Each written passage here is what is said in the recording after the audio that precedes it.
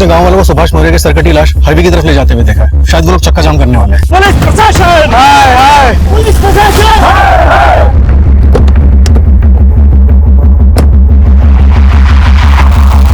Police प्रशासन, हाय हाय, police प्रशासन, हाय हाय, police प्रशासन, हाय हाय, पुलिस प्रशासन, हाय हाय, पुलिस प्रशासन, हाय हाय, पुलिस प्रशासन, हाय हाय, पुलिस प्रशासन, हाय हाय, रुक जाइए, प्रशासन, हाय हाय, रुक जाइए। जब तक सुभाष का कटा हुआ सर नहीं मिल जाता और उनके कातिलों का पता नहीं चल जाता, हम हाईवे को जाम कर रखेंगे। चलो बढ़ो आगे।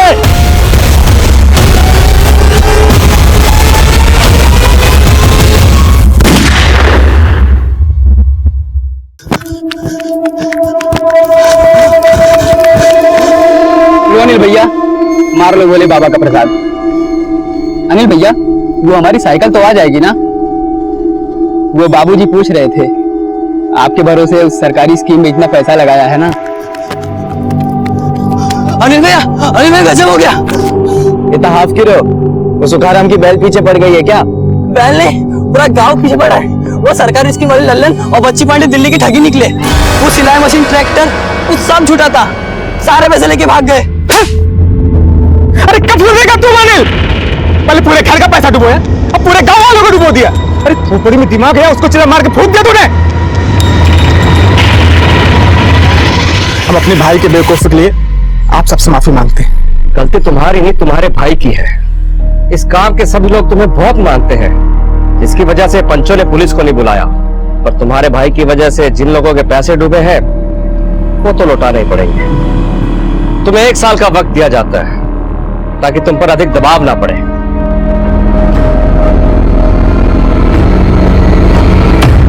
अगर 1 साल तक गांव वालों का पैसा चुकाते रहे तो हमारे पास क्या बचेगा? ये बात अपने लाडले देवर से पूछो। अरे मैं कहता हूँ झंझटों में पड़ने की क्या जरूरत थी? अरे तो हम क्या जिंदगी भर खेतों में आपकी तरह मजदूरी करते बैठे? भैया आपने तो कभी बड़ा सोचा ही नहीं। अगर दावा सही लग जाता ना तो जिंदगी संवर जाती हमारी। जिंदगी कोई बछड़ा नहीं है जो पैदा होते ही खड़ा हो जाता है। किस्मत और जिंदगी बदलने के लिए मेहनत करनी पड़ती है। भैया मेहनत करने से सिर्फ जरूरतें पूरी होती है, सपने नहीं। चुप रहो, हमारे सपनों के चक्कर में और कितना झेलेंगे हम? अरे तुम मत झेलिए ना। अरे अनिल, क्यों डांटते रहते हैं हमेशा उसे? भाइयों के बीच की बात है, तुम चुप रहो।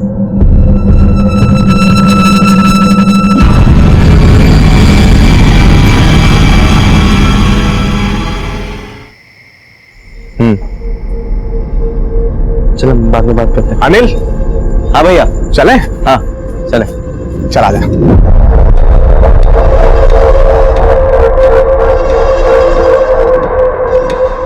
दीदी, आप बड़ी किस्मत वाली हो। सुभाष भैया कितना ख्याल रखते हैं आपका। प्रकाश की याद आ रही है? फिक्र मत कर, शहर गया है, बॉर्डर पर नहीं, कुछ ही घंटों में आ जाएगा। उनके लौट के आने से भी क्या होगा दीदी? वो पास होते तब भी यही लगता है कि कहीं और है वो। उदास क्यों होती है? देखिए सब ठीक हो जाएगा। इन्होंने प्रकाश से बात की है।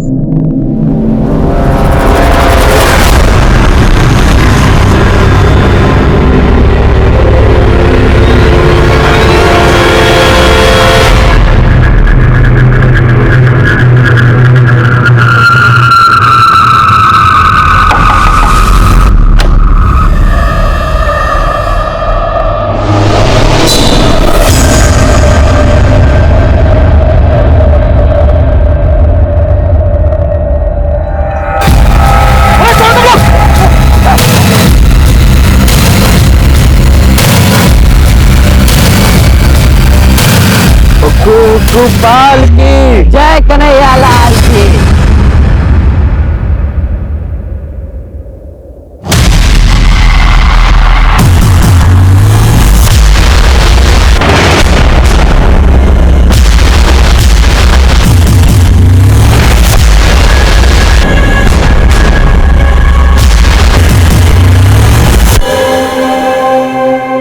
साला तुम में से कोई चिल्लाना, गोली मार दूंगा।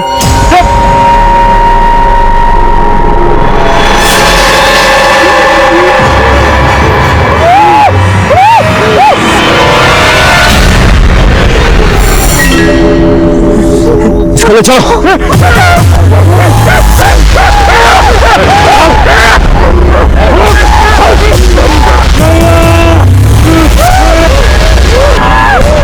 अगर कोई हिला तो गोली मार दूंगा।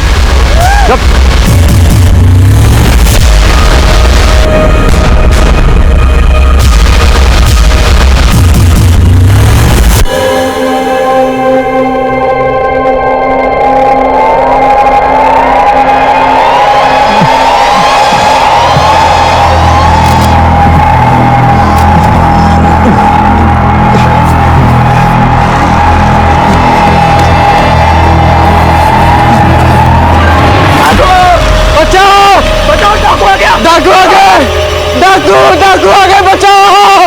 अरे जागो जागो, अरे डाकू आ गए, बाहर निकलो सब, अरे डाकू आ गए।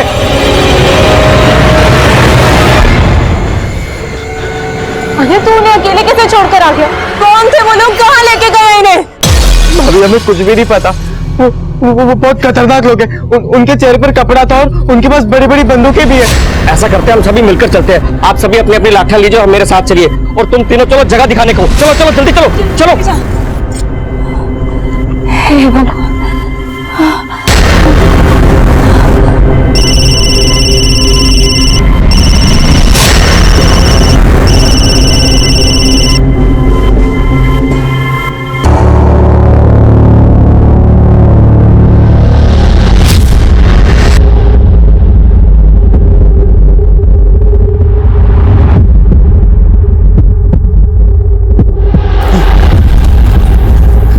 सरपंच जी, ये वही जगह जहाँ पर हम पे हमला हुआ था, वही कई झाड़ियों के पीछे हमें बांध के रखा था।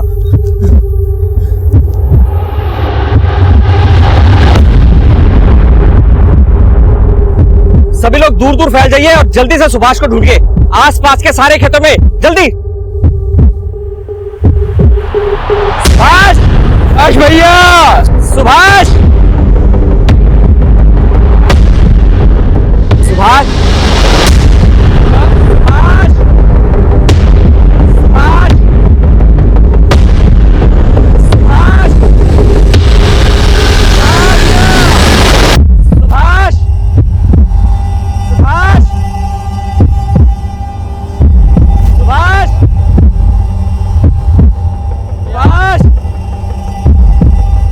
क्या हुआ सरपंच जी? डाकू आए थे, अनिल, पीयूष और धर्मपाल को बुरी तरह से पीटा और शायद वो सुभाष को अपने साथ ले गए। वो कहीं मिल ही नहीं रहा है। क्या?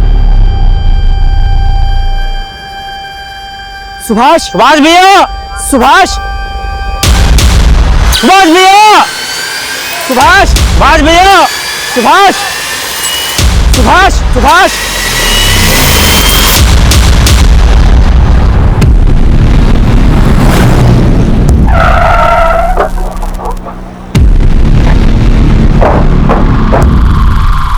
साहब, हमारा नाम धर्मपाल, ट्रांसपोर्ट का काम है हमारा।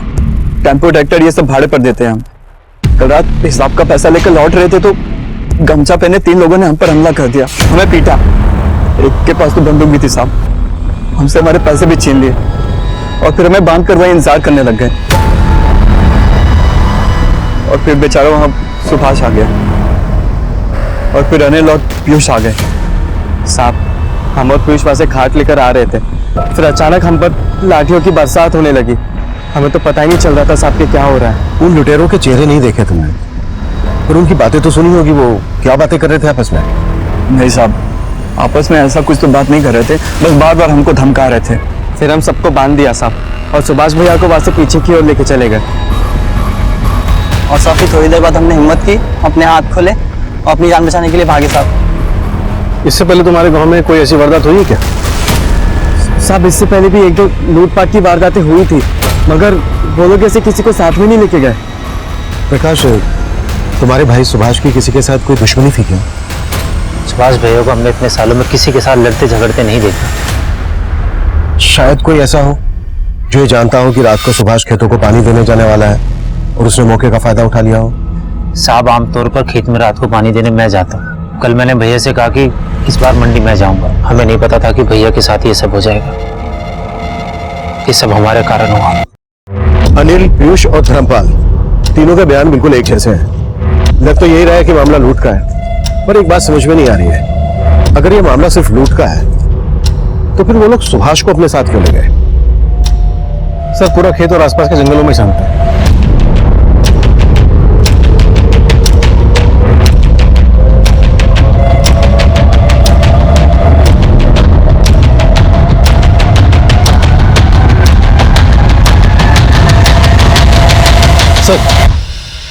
सर एक लाश मिली है, लेकिन क्या? लेकिन उसका सर गायब है। व्हाट?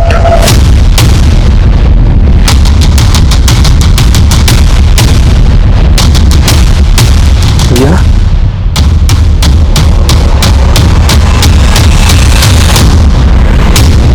श्रीवास्तव, सिर्फ भी यही का ही आसपास होगा, ढूंढो।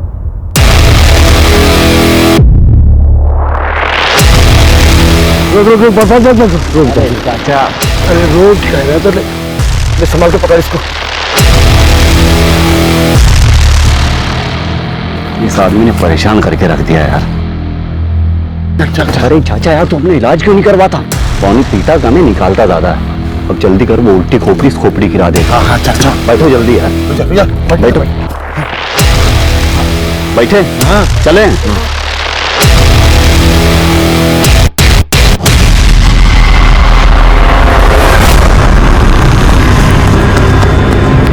भाभी भाभी भाभी भाभी,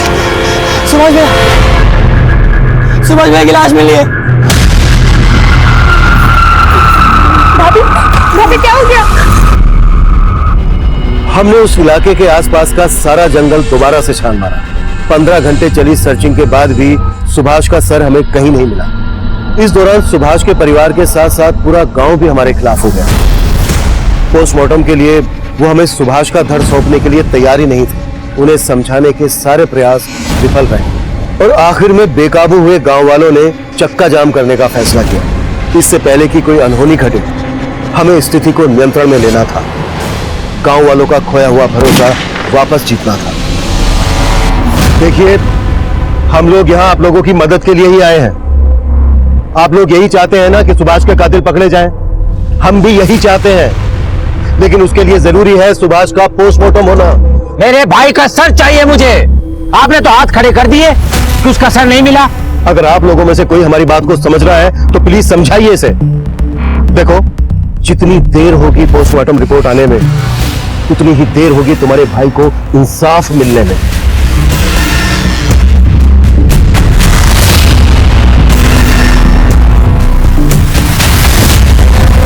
पूरा जंगल दोबारा से स्कैन किया। अगर किसी जानवर ने खाया होता तो अब तक मिल जाता। पूरे चांसेस हैं कि लुटेरे सुभाष का सर अपने साथ ले गए होंगे। लेकिन क्यों?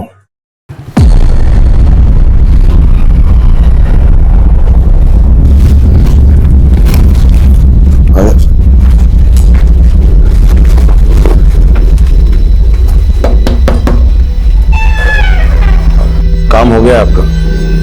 जैसी मांगी थी वैसी खोपड़ी लाए।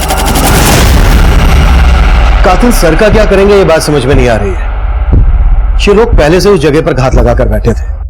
सबसे पहले इन्होंने धर्मपाल को पकड़ा, उसे पीटा, लूटा और बांध दिया। और फिर वहां सुभाष आया, उसे भी पीटा और बांध दिया गया। और फिर यही सब सुभाष के छोटे भाई अनिल और उसके कजिन पीयूष के साथ हुआ।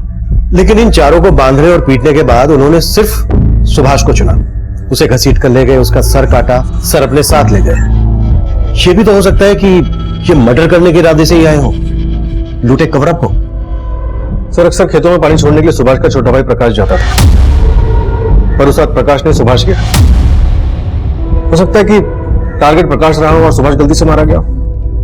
ये भी तो हो सकता है कि प्रकाश ने जानबूझकर अपने भाई सुभाष को भेजा ताकि वो मारा जाए। सर, सबसे छोटा भाई अनिल कभी रातों को खेत में नहीं जाता था, लेकिन उस रात गया। एक काम करते हैं श्रीवास्तव, प्रकाश, अनिल, पीयूष और धर्मपाल, इन चारों को फिर से टटोलते हैं। शायद कुछ हाथ लग जाए। हो सकता है मामला घर का ही हो। और पता करो सुभाष और उसके परिवार की गांव में किसी के साथ कोई दुश्मनी तो नहीं थी। सुभाष बहुत ही अच्छा आदमी था, उसकी किसी के साथ कोई दुश्मनी नहीं थी। आप गांव में किसी से भी पूछ सकते हैं, सब यही बताएंगे आपको। जी साहब, सुभाष को इससे पहले कभी किसी से लड़ते झगड़ते नहीं देखा है। और अपने घर के लोगों से सब वैसे तो तीनों भाइयों में बड़ी अच्छी बनती थी, पर छोटा भाई अनिल थोड़ा बिगड़ा हुआ है। उसकी किसी फर्जी स्कीम के चक्कर में कुछ गांव वालों के पैसे भी अटके हुए थे और गांव वालों का इसके बारे में उसके साथ झगड़ा भी हुआ था और सुभाष ने सबके सामने उसको थप्पड़ भी मारा था।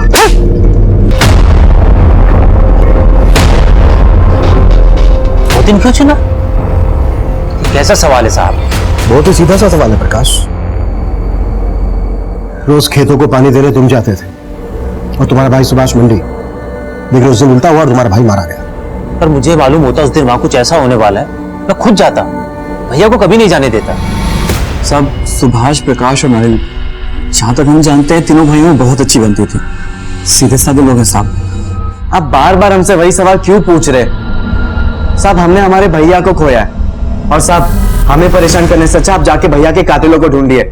हमें आपको जो कुछ भी बताना था ना, हम आपको सब बता चुके। ठीक से याद कर लो अनिल, क्या वाकई में तुमने हमें सब बता दिया? जी साहब, सब बता चुके। पूरी पंचायत के सामने तुम्हारे भैया सुभाष ने तुम्हें थप्पड़ मारा था, ये बात तो तुमने हमें बताई नहीं, और ना ही अपनी उस फ्रॉड सरकारी स्कीम के बारे में हमें बताया। साहब अनिल ने जानबूझ के फर्जी स्कीम सबको नहीं बेची थी साहब, और सब धोखा तो हमारे साथ भी तो हुआ ना साहब। लेकिन सुभाष ने इसके लिए अनिल को जिम्मेदार ठहराया था, उसकी बेइज्जती की थी सबके सामने, इसलिए अनिल ने और तुमने मिलकर सुभाष को ही कहीं। ये क्या बोल रहे साहब आप? ना मैं ऐसा कर सकता हूँ ना अनिल। तो क्या प्रकाश ऐसा कर सकता है? आप पागल हो गए? हमारे लिए और प्रकाश भैया के लिए सुभाष भैया पिता समान थे। साहब कुछ भी बोले जा रहे हो आप। गुस्से की धार अक्सर रिश्तों की डोर काट देती है।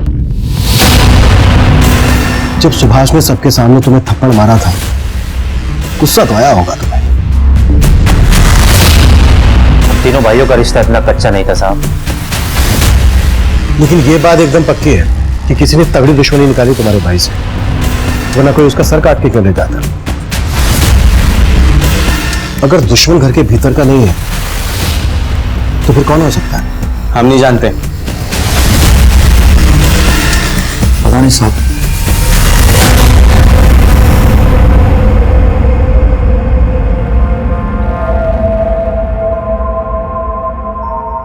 तू बस मुन्ने की फिक्र कर, बाकी सब मेरे को छोड़ दे।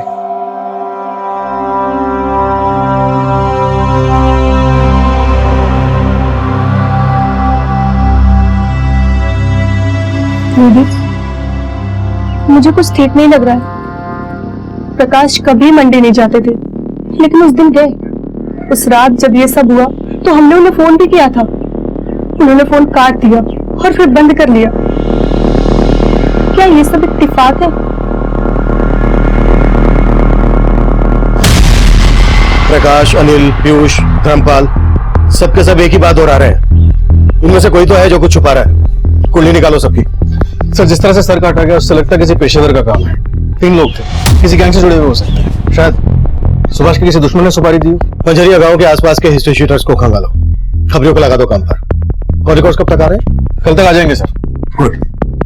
मर्डर का मोटिव पता करना होगा, सुभाष को क्यों मरवाया गया और उसके सर के साथ क्या किया गया।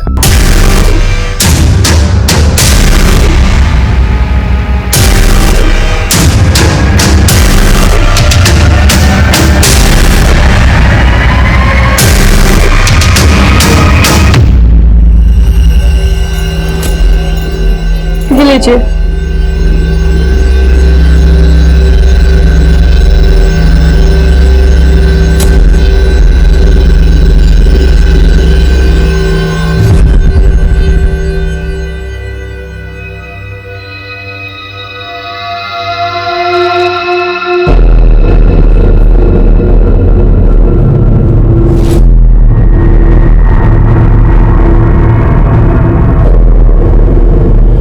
साहब सुभाष के घर पे तो मातम सा छाया हुआ, उसके परिवार के हर मेंबर पे नजर रखे, लेकिन कोई हरकत नहीं दिखाई दी। सब लोग शोक में ही हैं। पर पंजरिया में कोई नया बंदा दिखा जिसने शायद सुभाष की सुपारी ली हो?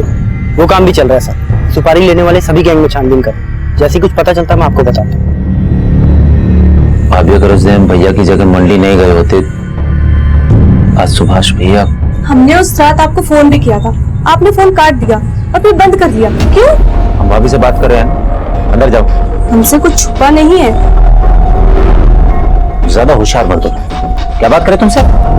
जब से तुम इस घर में आई हो ना, पूरा सुकून छीन लिया है।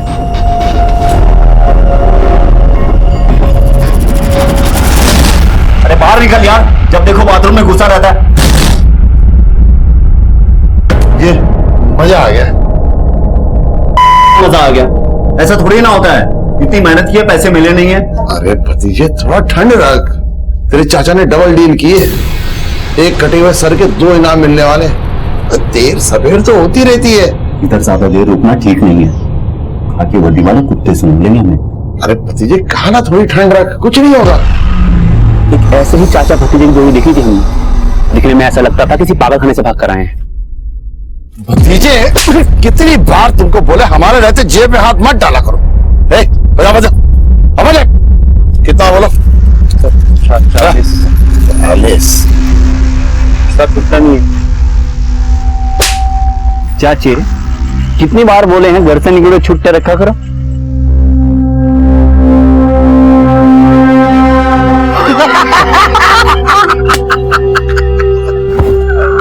बड़े अजीब लोग थे, या यूं कहें कि पूरे के पूरे पागल थे। अच्छा मगलू, ये सुभाष मौर्य की फैमिली के बारे में कुछ मालूम है क्या? किसी से कोई दुश्मनी, कोई अनबन? कैसी दुश्मनी?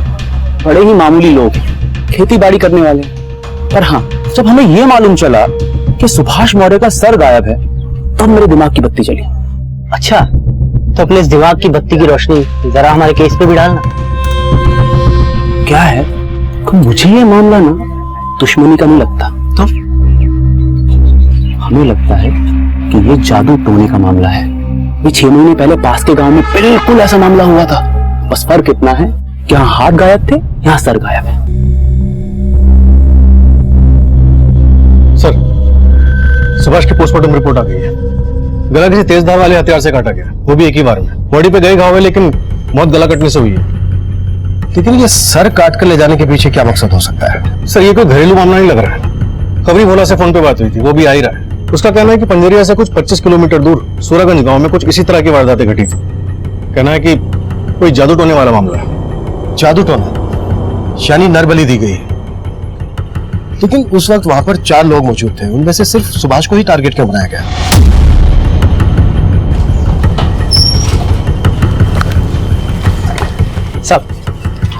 सब एक काम की खबर लाए। बोल। वो अपना हिस्ट्री शीटर है ना, विराज बनारसी, पंजरिया में देखा गया।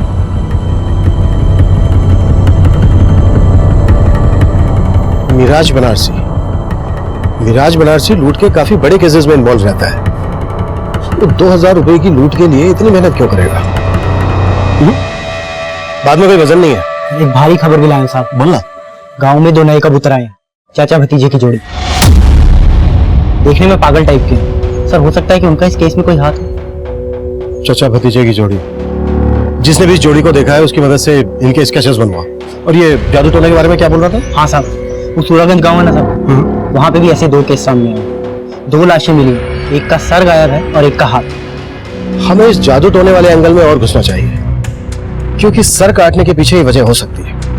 बोला, सुभाष की फैमिली को और खुलवा लो। अनिल, प्रकाश, धर्मपाल और पीयूष, इन सबके पुराने पापों की पड़ताल कर। चल निकल। सूरजगंज में जो लाशें मिली हैं, सर कटी हुई और हाथ कटी हुई, इनका पूरा चक्कर पता करो, लेकिन अपने खुफिया तरीके से। किसी को कानो कान खबर नहीं लगनी चाहिए। समझ गया सर?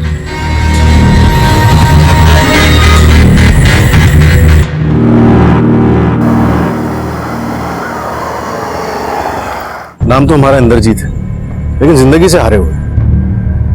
राहु केतु किस्मत पे ऐसा डेरा डाल के बैठे हैं कि पूछो नहीं। बहुत उम्मीद लगा के तुम्हारे इस गांव में आए हैं भैया। सुना है कोई जादू टोने वाले बाबा रहते हैं यहाँ पे? बाबू सही जगह आए, आओ मेरे साथ। यहाँ एक बाबा सुल्तानपुरी रहते हैं जो रूहानी ताकतों को बस में करना जानते हैं। ऐसा कोई मर्ज नहीं जिसका इलाज ना हो उनके पास में। बोलो तो मैं मीटिंग करा दूं, मगर तुमको मुझे 1000 रुपए देने होंगे। भैया जितना पैसा बोलोगे दे दूंगा, लेकिन मेरा काम जरा पेचीदा है। कर पाएंगे तुम्हारे बाबा? ऐसा कोई काम नहीं जो बाबा के लिए मुश्किल हो। इधर आओ। मुझे नरबली देनी है। नरबली? हाँ, उसी से मेरा बेड़ा पार होगा। कर पाएंगे तुम्हारे बाबा? हो तो जाएगा, मगर थोड़ा पैसा ज्यादा लगेगा। अरे भैया जय हो सुल्तानपुरी बाबा के लिए चलो मुझे वहां पे। चलो जल्दी चलो। तुम्हारी बिगड़ी बन जाएगी। 2 लाख रुपए लेके आओ और अपनी सभी समस्याओं से छुटकारा पाओ। 2 लाख? ठीक है बाबा, मैं अभी जुगाड़ करके लेकर आता हूं।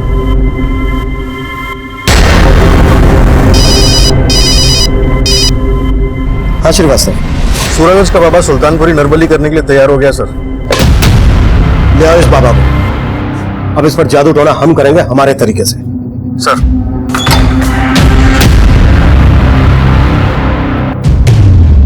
एक और हम जादू टोना और नरबली के एंगल में आगे बढ़ रहे थे और दूसरी तरफ बाबा सुल्तानपुरी का यूं भाग जाना हमारे शक को और पुख्ता कर रहा था। हम हर उस दरवाजे पर दस्तक दे रहे थे जो इस केस का रास्ता खोल सकता था।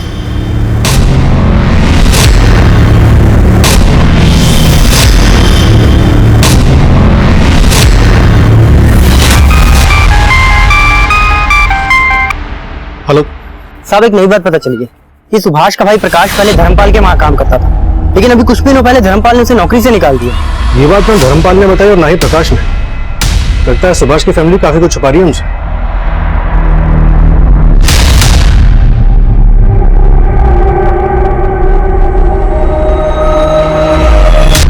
प्रकाश धर्मपाल के लिए काम करता था, ये बात दोनों ने छुपाई हमसे। सर, मैंने धर्मपाल के कॉल रिकॉर्ड्स भी चेक किए। पिछले 1 महीने में उसके एक नंबर से 2-3 बार लंबी बातें हुई हैं। फिलहाल ये नंबर स्विच ऑफ है और किसी फेक आईडी पे लिया गया। जाहिर है किसी गलत काम के लिए लिया गया होगा। धर्मपाल को भी बुलाओ, प्रकाश को भी बुलाओ। नहीं साहब, हम नहीं जानते इन्हें। यही पूछने बुलाया था क्या साहब आपने? नहीं, कुछ और भी पूछना था। सुभाष का छोटा भाई प्रकाश तुम्हारे यहाँ काम करता था, ये बात तुमने हमसे क्यों छुपाई?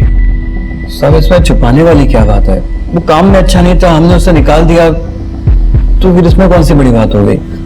साहब, आप भी कहां से कहां कनेक्शन ढूंढने में लगे हैं। अरे हाँ, कनेक्शन से याद आया, एक नंबर है, इस नंबर से पिछले महीने तुम्हें 3 बार कॉल आया था। ये नंबर किसी राजवीर चतुर्वेदी के फेक आईडी पर रजिस्टर्ड है। कौन है बंदा? साहब, कैसे याद रहेगा, आप ही बताइए। रोज न जाने कितने फोन आते हैं ये टेम्पो ट्रैक्टर का किराया जानने के लिए। उन्हीं में से किसी से बात हुई होगी हमारी। बाकी इस वक्त ऐसा कुछ याद नहीं आ रहा। याद आ जाता तो अच्छा होता, क्योंकि अगर तुम्हें याद आने से पहले हमने पता लगा लिया ना, तो बहुत दिक्कत हो जाएगी तुम्हारे लिए।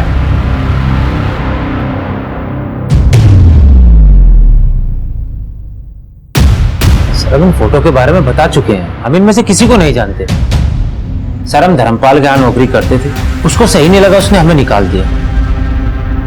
प्रकाश, तुम्हें क्या लगता है ये धर्मपाल मरवा सकता है तुम्हारे भाई को? तुम्हारे भाई की कोई दुश्मनी रही है धर्मपाल के साथ? सर, धर्मपाल उस दिन खुद मरते मरते बचा, आप उस पर भी शक कर रहे हैं? आपके सवाल हो गए तो जाऊं मैं सर?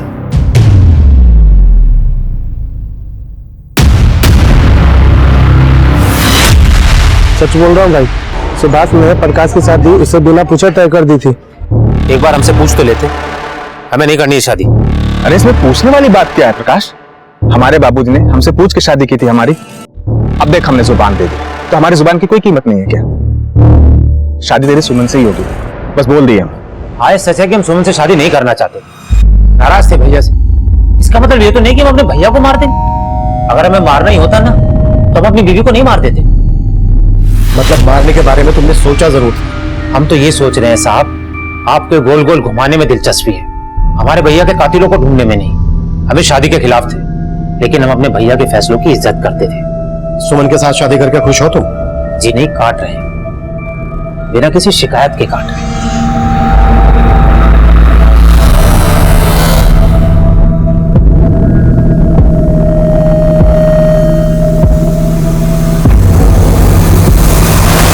प्रकाश, तुम आग से खेल रहे हो और देखना, ये आग तुम्हारे साथ साथ हमारे पूरे घर को जला देगी। सुमन बहुत अच्छी लड़की है, अगर तुम उसका दिल दुखाओगे तो समझो तुमने हमारा और अपनी भाभी का दिल दुखाया है। बाकी तुम्हारी मर्जी। सर, बाबा सुल्तानपुरी के कॉल रिकॉर्ड्स में रेवापुर के ललित चौधरी का नंबर काफी बार फीचर हुआ है। जब मैंने रेवापुर थाने में इस बारे में बातचीत की तो पता चला कि वो गांव का मुखिया हुआ करता था, लेकिन झाड़ फूक और जादू टोने में धंसा होने के कारण लोगों ने उसका बहिष्कार किया और उसे हटा दिया। और सर, इस ललित चौधरी की केस हिस्ट्री भी काफी काली रही है। और यह भी पता चला है कि कुछ दिन पहले बाबा सुल्तानपुरी ललित चौधरी से मिलने के लिए रेवापुर गांव गया था। ये मुखिया इस केस की मुख्य कड़ी बन सकता है। उठा लो इस ललित चौधरी को। सर, कौन सुभाष और ये कौन बाबा सुल्तानपुरी?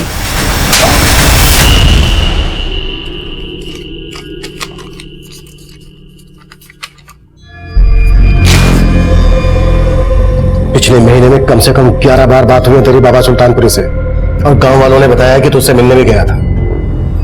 अब जल्दी से बाबा का ठिकाना बता दे हमें, नहीं तो तुझे ठिकाने लगा दूंगा। अरे साहब, गांव वालों को तो पता नहीं किसी जन्म का बैर है मुझसे। झाड़ फूक के झूठे इल्जाम में मुझे मुखिया की कुर्सी से हटा दिया। अब ये इल्जाम, कसम से साहब मैं किसी बाबा बाबा को नहीं जानता। सिद्धार्थ, सर इसकी हेकड़ी तो निकाल। इस ललित चौधरी को काफी तोड़ा, लेकिन लगता है बहुत ही मोटी चमड़ी का है, टूटने का नाम नहीं ले रहा है। लेगा, जरूर लेगा, तोड़ते रहो। श्रीवास्तव, तुम ललित चौधरी की घर की तलाशी के लिए निकलो, शायद कोई काम की चीज हाथ लग जाए। सर,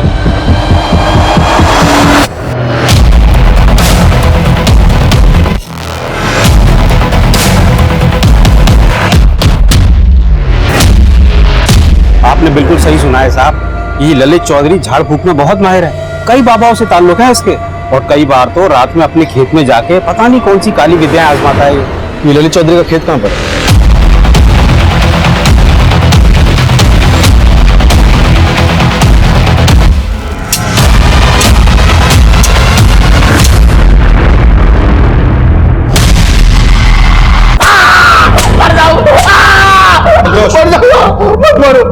अरे साहब, मैं बताता हूँ, मैंने वो खोपड़ी अपने खेत में दफन की थी, पर मैं ये नहीं जानता कि किसकी खोपड़ी थी। मुझे तो बस बाबा गुलफाम आजाद ने ये कहा था, एक खोपड़ी का बंदोबस्त करो।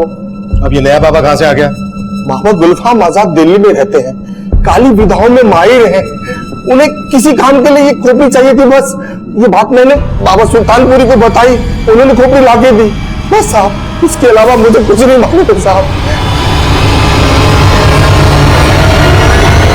पूरे जान से कि ये खोपड़ी सुभाष की ही है, फिर भी कंफर्मेशन के लिए डीएनए टेस्ट करवाओ, और दिल्ली वाले बाबा गुलफाम आजाद से भी जाकर मिलो। Yes sir.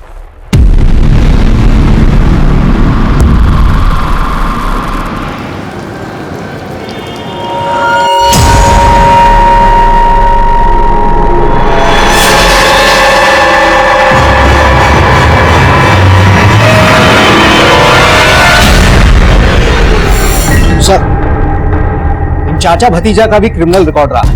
इनके असली नाम फजलू और बिल्लू है।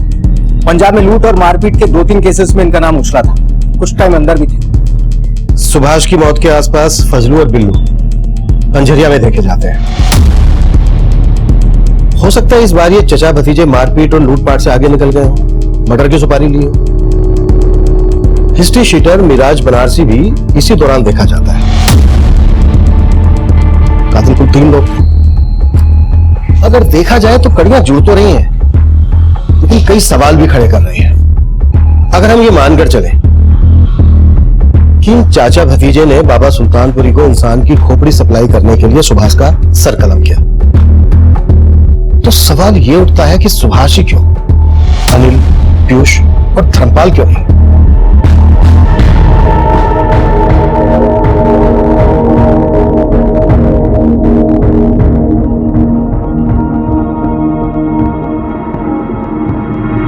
तेरी जिंदगी पर शैतानी रूहों का साया है, और इन शैतानी रूहों से लड़ना इतना आसान नहीं है।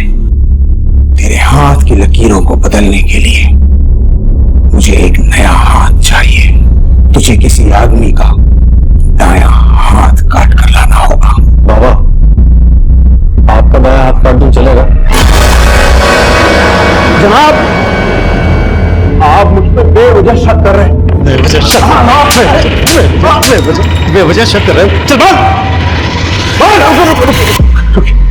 अब मेरे पास एक खोपड़ी आई जरूर थी, लेकिन वो खंडित थी, इसलिए मैंने उसे वापस कर दी।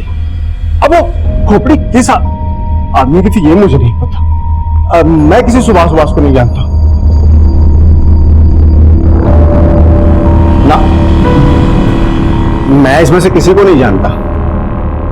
जनाब, मैं गुनहगार नहीं हूं। रूहानी ताकतों का इस्तेमाल मैं लोगों की परेशानियां दूर करने के लिए करता हूं। बस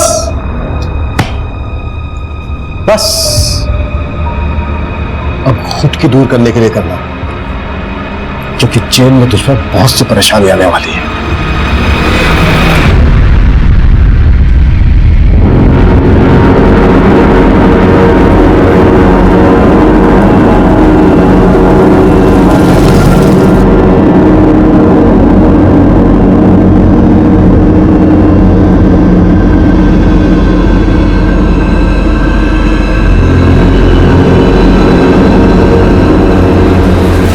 बाबा, हमने आपको अच्छी ताजी खोपड़ी लाकर दी, हमारा पैसा नहीं मिला है अभी तक। अब हमारी खोपड़ी खराब हो रही है। आपको पता है हम कब से अंडरग्राउंड है। लड़के, आवाज नीचे। ओ बाबा जी, अरे भतीजे को धमकाना मत, हमारा पैसा दे दो, हम चले जाएंगे। पैसा अभी नहीं मिल सकता, नई खोपड़ी ले आओ, दुगना मिल सकता। क्या सोच रहे हो चाचा? उड़ा दो अपने भतीजे की खाली खोपड़ी और परोस दो इस बाबा को। अरे बात तो सुनिए साहब, ये सुनिए बात। अरे लेकिन ये वो हमने क्या है भाई? हमारे हाथ सिर्फ वो चाचा भतीजा ही नहीं बल्कि बाबा सुल्तानपुरी भी लगा। तीनों एक ही जगह पर एक ही साथ धर लिए गए।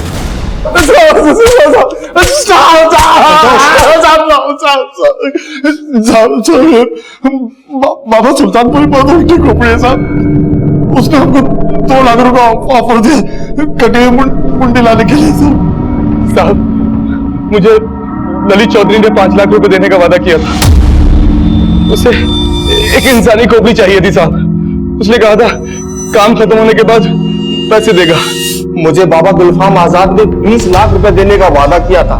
किसी विधि के लिए उन्हें खोपड़ी चाहिए थी। जब उन्होंने खोपड़ी देखी तो वो नाराज हो गए। क्यों?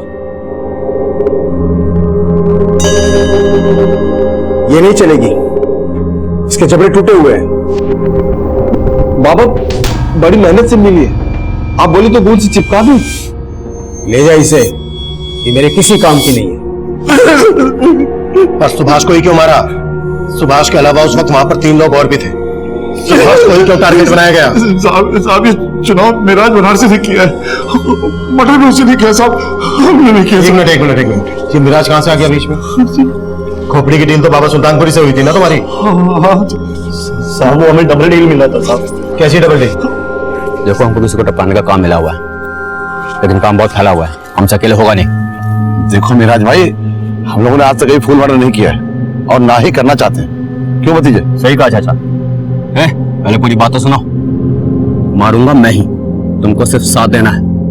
देखो, मुझे 1 लाख मिल रहा है, 50 तुमको दूंगा। मिराज भाई फेंको मत, हम जानते हैं आप 2 लाख से कम में काम नहीं करते। तो ठीक है, आखिरी ऑफर 80 दूंगा। बोलो साथ दोगे या कोई और बंदा ढूंढूं? लेकिन हमारी एक शर्त है। कैसी शर्त? मतलब हमको मुनाफा डबल मिलेगा साहब, किसी को मारना भी नहीं पड़ेगा और मुंडी भी मिल जाएगी, जिसकी हमें वो सुल्तान बाबा 2 लाख रुपए देने वाला था। और बनारसी 80,000 देगा। मुंडी काटनी है? मुंडी का क्या करोगे तुम? दरवाजे में लटकाएंगे। आपको क्या करना है मिराज भाई? पेट में छुरा मारने वाले हो, गर्दन में मार देना। फिर ठीक है, मुंडी तेरे को गिफ्ट किया। साहब, वादे के मुताबिक मिराज ने तो 80,000 दे दिए, लेकिन बाबा सुल्तानपुरी से पैसे नहीं मिले। मुझे भी नहीं मिले साहब, ललित चौधरी ने दिए ही नहीं मुझे पैसे। मुझे भी नहीं मिली। बाबा गुलफाम को खोपड़ी में दरार भी दिख गई। मतलब मिराज को सुपारी मिली थी सुभाष को मारने की, ये सही है? हाँ, किसने दी थी? ये तो मेरा जाने साहब, हम आम खाते पेड़ नहीं गिरते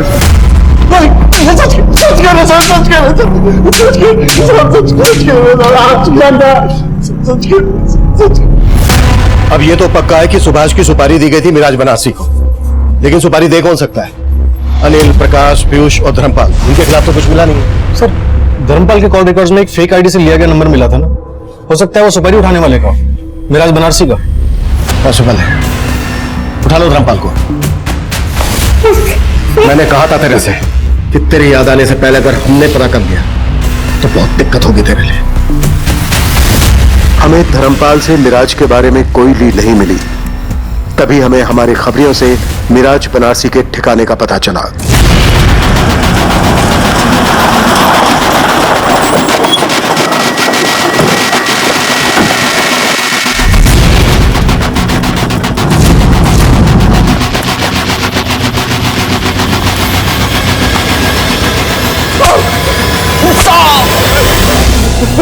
साहब और मत मारना साहब। चल हो जा शुरू। सुभाष को मारने की सुपारी मुझे धर्मपाल ने दी थी साहब। साहब उस आपका जो हुआ सब प्लान के मुताबिक हुआ ताकि धर्मपाल पे किसी को शक न जाए साहब, लेकिन ये गड़बड़ हो गई जो हमने सोची भी नहीं थी।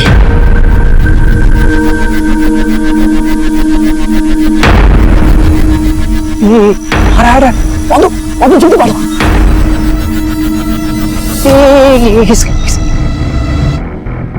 अरे ये तो सुभाष है यार, उसका बड़ा भाई। क्या करें? तुमको जो खोपड़ी चाहिए किसकी भी चलेगी। अपने भतीजे के काट कर जाओ। भाई मत। भाई का बदला भाई से लेंगे। मार दो इसे। हम जानते थे कि बड़े भाई सुभाष ने पूरी फैमिली को जोड़कर संभाल कर रखा हुआ है। हमें लगा कि अगर सुभाष ही मर जाएगा तो उसका पूरे परिवार ही बिखर जाएगा और यही सजा होगी उसके किए की। किसकी बात कर रहा है? प्रकाश की, अनिल की? प्रकाश की। एक वक्त था साहब जब प्रकाश हमारे लिए काम किया करता था। हम उससे पूरा भरोसा करते थे। घर से कुछ भी लाना ले जाना हो तो उसको ही भेजा करते थे, लेकिन उसी ने हमारे घर पर डाका डाल दिया। लीजिए भाभी, हो गया आपका टीवी ठीक। कल ही तो ठीक किया था, बार बार बिगड़ क्यों जाता है? नहीं समझे? देखो हमारी आंखों में सुंदर नहीं है क्या हम? जब हमें ये बात पता चली तो हमने उसे काम से ही निकाल दिया और हमारी जिंदगी दुश्वार हो गई। शर्म नहीं आती तुम्हें? मालकिन होकर हमारे मुलाजिम के साथ। अब तुमसे तो कुछ होता नहीं है। मीनाक्षी, खबरदार ऐसी हरकत की तो हाथ तोड़ देंगे। प्रकाश इस घर में आता है, आता था और आता रहेगा, समझे? मीनाक्षी तो बेशरम, लेकिन प्रकाश को तो समझना चाहिए था। अपनी बीवी को धोखा दे रहा था। मेरा और उसका दोनों का घर उजाड़ रहा था वो। अब हमने उसको समझाने की बहुत कोशिश की, लेकिन वो फिर भी हमारे घर पर आता रहा। तो हमने तय कर लिया कि प्रकाश को हमारी बेइज्जती की कीमत चुकानी पड़ेगी। हमने मिराज बनारसी को उसको सुपारी दी और प्रकाश की किस्मत, उस रात उसकी जगह उसका भाई सुभाष आ गया। लेकिन अच्छा ही हुआ साहब, प्रकाश मर जाता तो छुटकारा मिल जाता उसे। वो पूरी जिंदगी मेरी तरह तड़पेगा, अपनी गलती पर रोएगा। यही चाहिए था मुझे, यही चाहिए था साहब।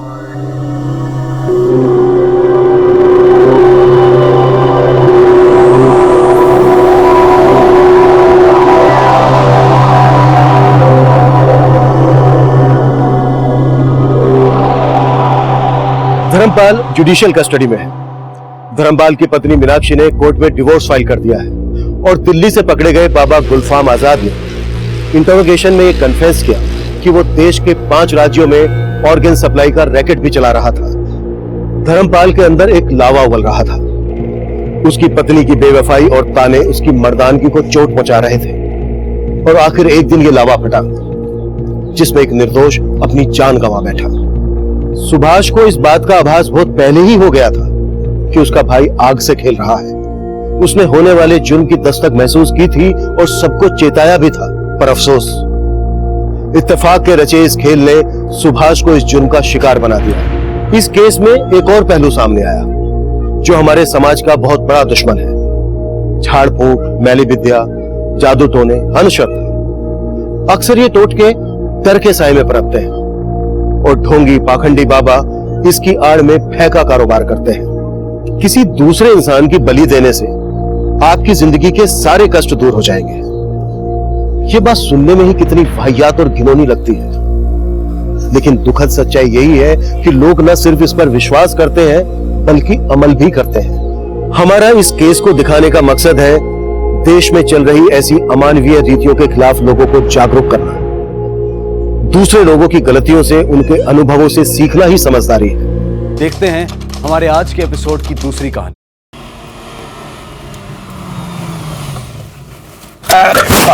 क्या गर्मी है। पण जेवण चांगलं होतं। हो, शादी का खाना तो बढ़िया था। और गुलाब जामुन तो बहुत ही टेस्टी था। अच्छा, तुझे गुलाब जामुन बहुत पसंद है? चलो तेरे शादी में उसी कैटरर को बुकिंग करेंगे।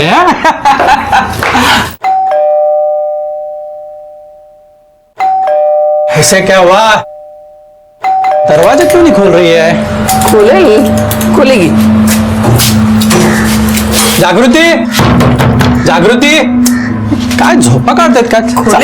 खोलेगी चावी आहे तुझ्याकडे? आहे पण इतकं गरमीने हैराण झालोय, त्याच्यात परत हे लोक ना, हो काय गरमी आहे बा. चलो हो गया शादी वादी सब.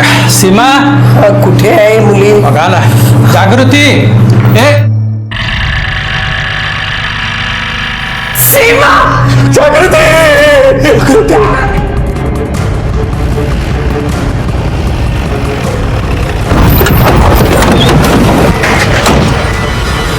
सर, ये तो जागृति का घर है. क्या? हाँ सर. क्या हुआ? सर ये घर जागृति राणे का है. कौन? हमारे डिपार्टमेंट के. एक्चुअली हमारे थाने में हेड कांस्टेबल है. आओ देखते हैं.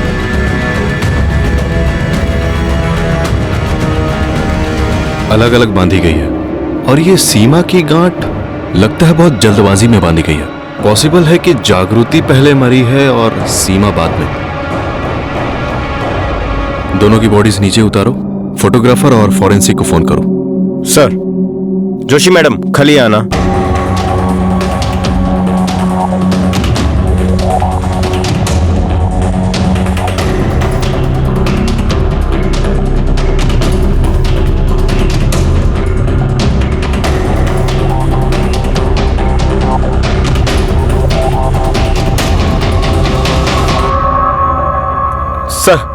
सर हम सब बहुत शौक में हैं. बहुत बड़ा झटका लगा है हमें. ये लोग तो अभी आपसे कोई बात नहीं कर पाएंगे. आप कौन? सर मैं प्रशांत हूं, जागृति का मंगेतर.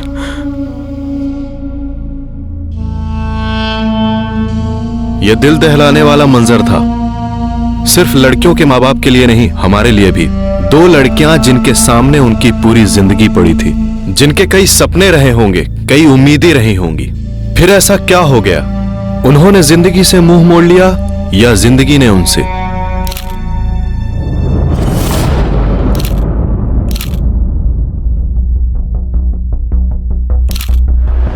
गायकवाड़, जरा इधर आना. अगर इसने सुसाइड किया है तो गले पर उंगलियों के निशान क्यों है? हो सकता है पहले इसका गला दबाया गया हो. शक क्या है? पूरे घर में कहीं भी कोई सुसाइड नोट नहीं मिला है. दोनों की बॉडीज को पोस्टमार्टम के लिए भेज दो. सर,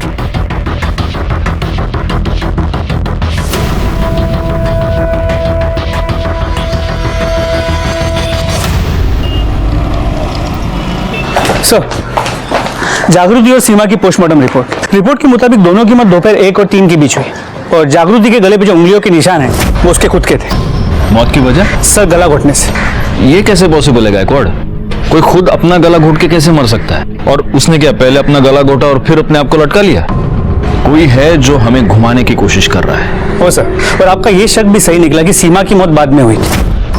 सर सीमा की मौत सफोकेशन से हुई और जागृति के करीब 20 मिनिट बाद पहले किसी पॉलीबैग से उसका दम घोटा गया और फिर उसे लटकाया गया. आणि सर सगळ्यात महत्वाचं म्हणजे ये सीमा प्रेग्नेंट थी. एक चीज तो क्लियर है गायकवाड़, हमें सुसाइड की नहीं, हमें मर्डर की इन्वेस्टिगेशन करनी है.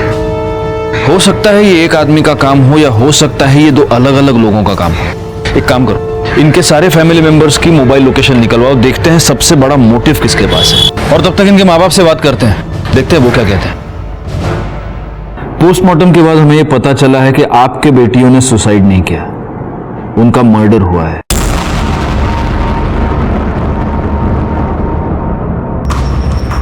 तो आप हमें प्लीज ये बताइए कि जब मर्डर हुआ तब आप कहां थे?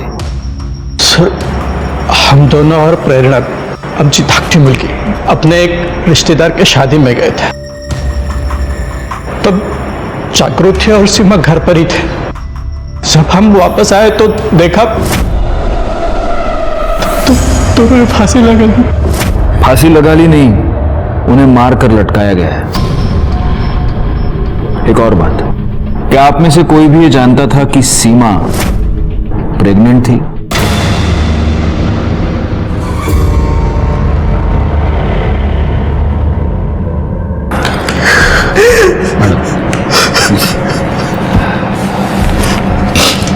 प्रशांत, प्रशांतच ना? जी। जब मर्डर हुआ तब तुम कहाँ थे? घर पे ही था सर। सर मैं 12 बजे से जागृति का फोन ट्राई कर रहा था, लेकिन उसने उठाया ही नहीं। उसने कॉल बैक भी नहीं किया, वरना नॉर्मली वो मेरा मिस कॉल देखते ही कॉल बैक करती थी सर। क्यों नहीं फोन उठा? नाराज थी तुमसे? झगड़ा हुआ था तुम्हारा? सर झगड़े किसके बीच में नहीं होते, लेकिन हमारे बीच में ऐसा कोई झगड़ा नहीं हुआ कि वो सुसाइड कर ले। सुसाइड नहीं प्रशांत, मैंने कहा ना मर्डर हुआ है। वैसे सीमा का कोई अफेयर? नहीं साहेब, असं काय नव्हतं, पर हो कॉलेज में एक संजय नावाचा मुलगा होता।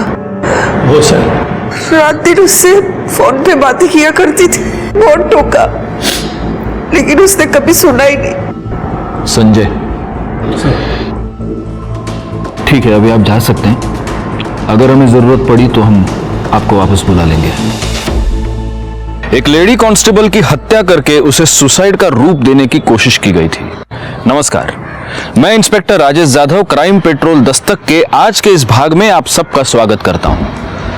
3 दिन पहले नासिक के जिस पुलिस स्टेशन में मेरी पोस्टिंग हुई थी, वहां की हेड कांस्टेबल जागृति राणे और उसकी छोटी बहन सीमा राणे, इन दोनों की लाश उन्हीं के घर में छत से लटकी हुई मिली थी। क्या जागृति राणे को इस क्राइम की दस्तक मिली थी? जरूर मिली होगी, लेकिन वो उसे समझ नहीं पाई और इस बात का मुझे बड़ा दुख है।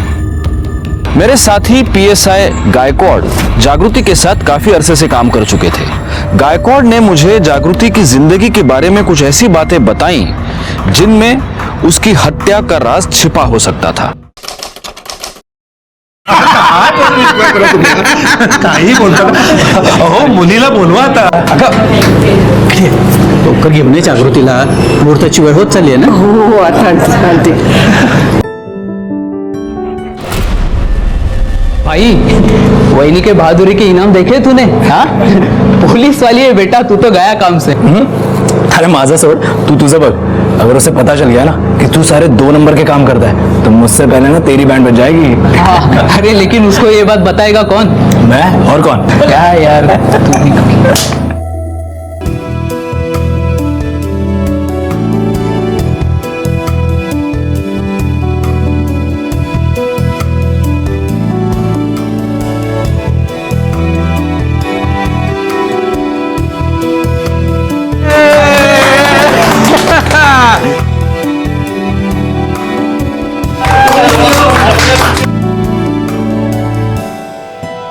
सर, मिठाई लीजिए.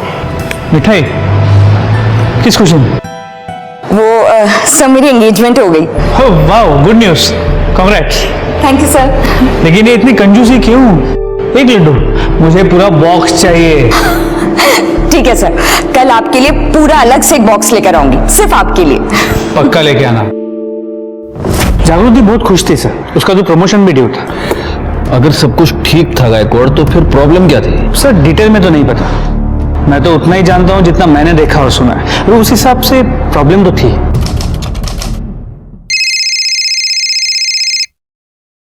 हेलो. आजकल बहुत बिजी रहती है तू, मेरा फोन भी नहीं उठा रही. कस्टमर था क्या? आजकल एक रात का क्या रेट चल रहा है तेरा?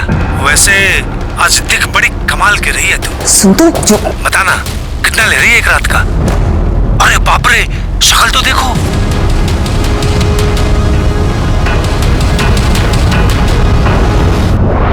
अरे इतना गुस्सा क्यों कर रही हो? बता ना. देख, मैं जानती हूँ तू कौन है. अगर अगली बार तूने फोन किया ना तो तुझे जेल में बंद कर दूंगी, तुझ पे हरासमेंट का केस भी लगाऊंगी, समझा? Just shut up. अगर तूने दोबारा मुझे फोन किया ना, मैं तेरी जिंदगी बर्बाद कर दूंगी, समझा तू? जागृति, क्या हुआ? हाँ, कुछ नहीं सर. पक्का? Yes sir.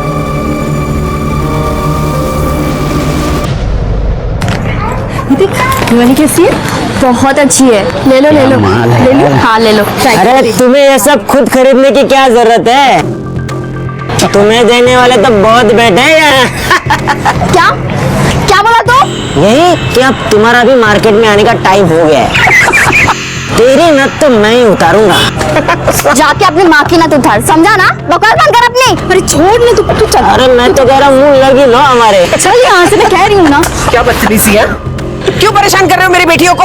अरे हम कहाँ परेशान कर रहे हैं, हम तो बस पूछ रहे थे कि दोनों कब से मार्केट में आ रही है ताकि एडवांस में बुकिंग करवा ले। सुना है बड़ी वाली से बहुत अच्छी इनकम हो रही है, छोटी वाली को भी रख लो काम पर, बिजनेस दुगना हो जाएगा। कस्टमर रेडी है। चलो यहाँ से। और हाँ, ये जो भी कुछ हुआ ना उस बारे में तुम्हारे बाबा को कुछ नहीं बताना, ठीक है? चलो। बेकार में तू फैमिली वाला बन के घूम रहा है। क्यों, क्या हुआ? कितनी चीजें हैं मजा करने के लिए। अरे यार कितने तरीके निकल आए हैं। पैसे दो, ऐश करो और निकल जाओ। अरे कुछ भी यार क्या? अरे एक तरीका तो ये देख, ये तेरे सामने ही है, ये देख।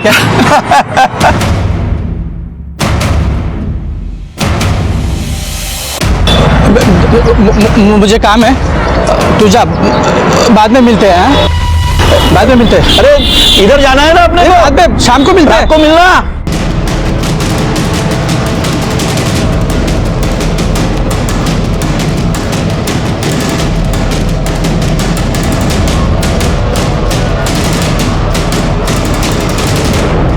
कहाँ है? हैं? आज तेरी वजह से मेरा सर शर्म से झुक गया है। नालायक कहीं की, जिस दिन पहली बार तुझे पुलिस के वर्दी में देखा था ना, जितनी खुशी हुई थी उससे ज्यादा दुख आज मुझे ये देखकर हुआ है। तू एक उपकार करना मुझ पे, मत मिला मेरी इज्जत मट्टी में। एक लड़का ढूंढ, उससे शादी कर और निकल जाए इस घर से। नहीं तो ना तेरी वजह से ना इन दोनों से भी कोई शादी नहीं करेगा। बाबा, इसमें मेरी क्या गलती है? अरे ये तेरी ही गलती है। पता नहीं और क्या क्या देखना पड़ेगा मुझे इस घर में, पता नहीं।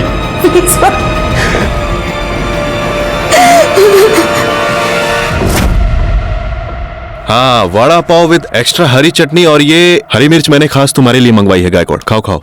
Thank you sir. अब मुझे एक बात बताओ, एक पुलिस वाली को भी इस तरह से कोई हरास कर रहा था?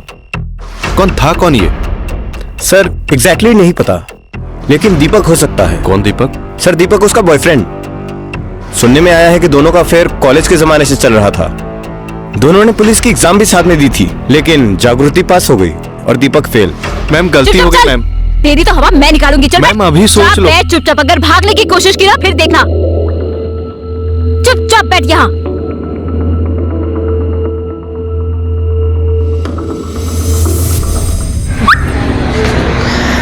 और बिड़ू, आजा सेल्फी लेते हैं। डर मत, पुलिस वाला नहीं है मैं और चोर भी नहीं है। सड़क पे जुआ खेलता है ना तू, मैडम पकड़ के लाई तेरे को, मामला रफा दफा करवा दूं। आंखों में उम्मीद की किरण तेज चमक रही है तेरे। देख सब सेटिंग हो जाएगा, लेकिन 200 रुपए लगेंगे।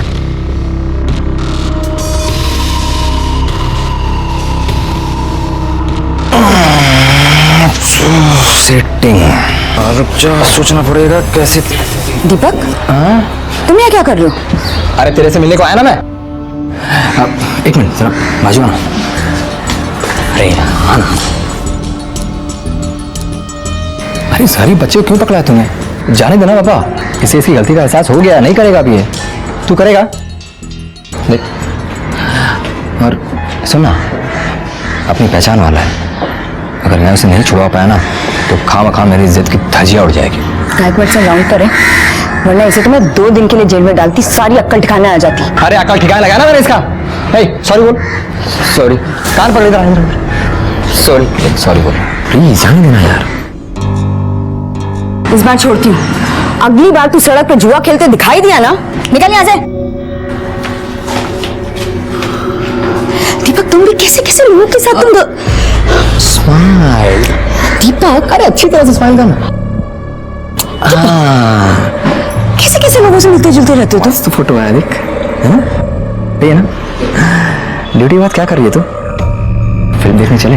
वैसे भी यार बहुत दिन हो गए हम दोनों कहीं साथ बाहर गए हुए। आगे लेके परसों ही तो गए थे।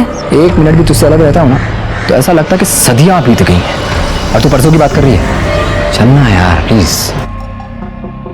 चल ड्यूटी के बाद तुझे फोन करती हूँ। हाँ करेक्ट। और सुन, यूनिफॉर्म बदल कर आना, वरना लोगों को लगेगा कि तू मुझे भी अरेस्ट करके ले जा रही है। पागल पागल कैसा ही तो बोल। यहाँ से मैं ड्यूटी पे आता हूँ ना, मैं रोज रोज आता हूँ क्या इधर? ओ साहब,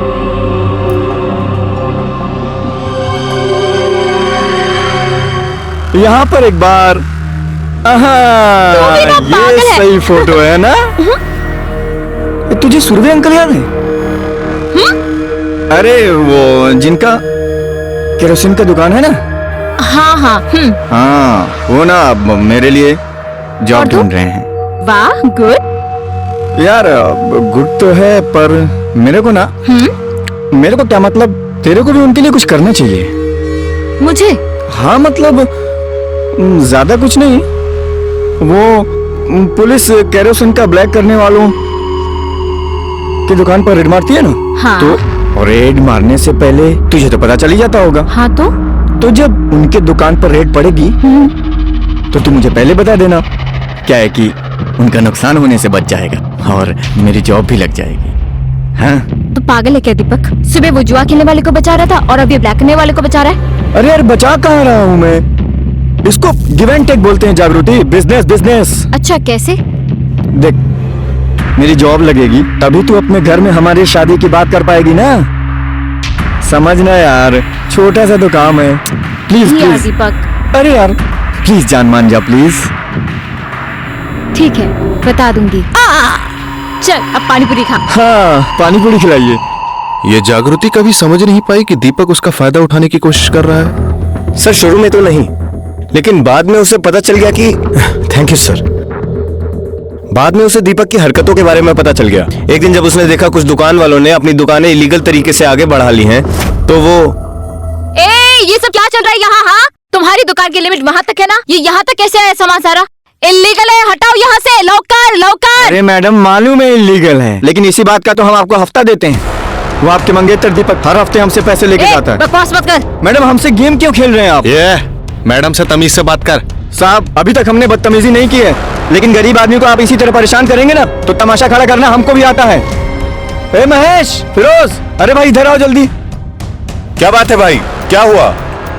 अरे हुआ ये है, ये मैडम के जो मंगेतर है ना हमसे वो हफ्ता लेकर जाते हैं, और ये जो है ना क्या चुप हो जाए। सुनो मैडम, मेरे साथ आओ, यहाँ पे आओ। पैसा देते हैं, कोई फ्री में नहीं हम दुकान लगाते हैं इधर। देखो ये सब लोग सच बोल रहे हैं और मैंने खुद भी देखा है। दीपक तुम्हारा नाम लेकर इन लोग से पैसे लेता है। मैंने बहुत बार सोचा तुम्हें ये सब बताऊं, लेकिन बता नहीं पाया क्योंकि तुम तो। वर्दी क्या कर दिखा रही है मेरे को? तू तो ऐसे बात कर रही है जैसे तूने कभी रिश्वत लिया ही नहीं है, हैं? दिखाती ना तूने अपनी औकात कि तू फ्रॉड, दो कौड़ी का इंसान है तू, दो कौड़ी का। तुझे पता है तेरी इन्हीं हरकतों की वजह से ना आई बाबा से मैंने अपनी शादी की बात नहीं की, और अच्छा हुआ नहीं की, क्योंकि तू तो उसके लायक ही नहीं है। आज से तेरा और मेरा रिश्ता खत्म। हाँ खत्म। दिखाई मत देना तू मुझे, वरना वर्दी की अकड़ क्या होती है ना दिखाऊंगी मैं तुझे। भरे बाजार में सबके सामने तूने मेरी बेइज्जती की है ना, अब मैं भी देख मैं कैसे तेरा तमाशा बनाता हूँ, तू देख। हाँ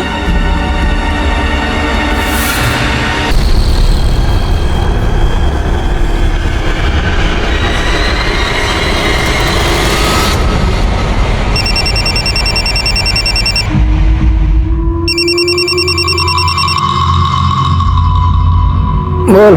तूने पर्सनल फोटो पब्लिक में लाके अपनी औकात दिखा दी ना। तूने भी तो पब्लिक में मेरी बेइज्जती की थी ना, तो जवाब तो पब्लिक में ही देना पड़ेगा।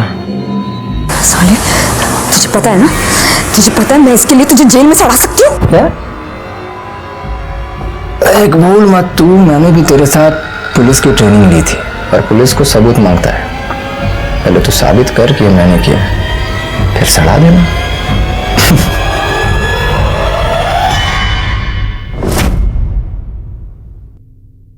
बात तो सही है, सबूत तो चाहिए, और इसीलिए दीपक को उठाने से पहले ये पता करो कि जागृति का जब मर्डर हुआ तब उसकी मोबाइल लोकेशन क्या थी।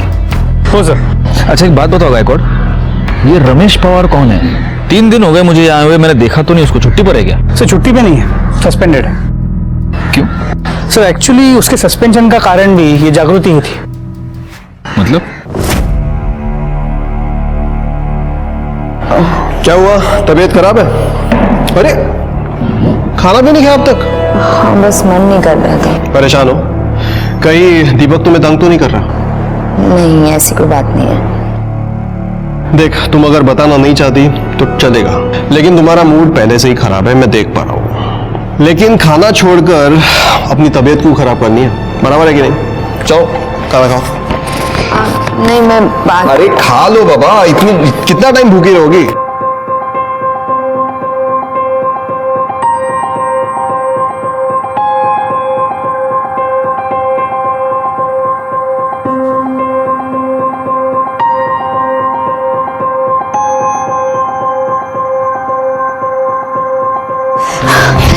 अरे बाप रे, क्या हो रहा है? ठीक तो? अच्छा बैठो, ये लो पानी पियो पियो। जागृति, अगर तुम्हारी तबीयत ठीक नहीं है तो छुट्टी ले लो ना। नहीं ले सकती, बहुत काम पेंडिंग है। मुझे कुछ सुनना नहीं है, तुम सारा काम मुझे दे दो, मैं कर दूंगा। तुम घर जाकर रेस्ट कर लो, ये तुम्हारे लिए ज्यादा जरूरी है। प्लीज जाओ, घर जाओ।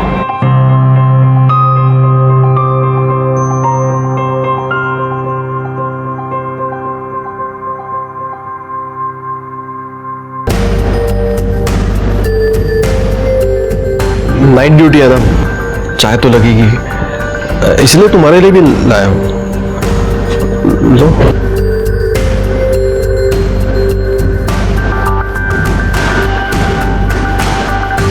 Thank you. जागृति, एक बात बोलूं? नहीं, वो मैं वो तुम मुझे बहुत अच्छी लगती हो। मैं तुमसे प्यार करता हूं।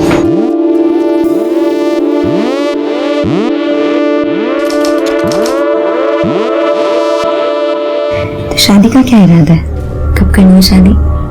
तुम बताओ कब करनी है? अगले महीने, अगले हफ्ते, या फिर कल? जब तुम बोलोगी तब मैं करूंगा। मेरा प्रमोशन ड्यू है, तो सोच रही हूँ अगर प्रमोशन हो जाए फिर करते हैं शादी। ठीक है।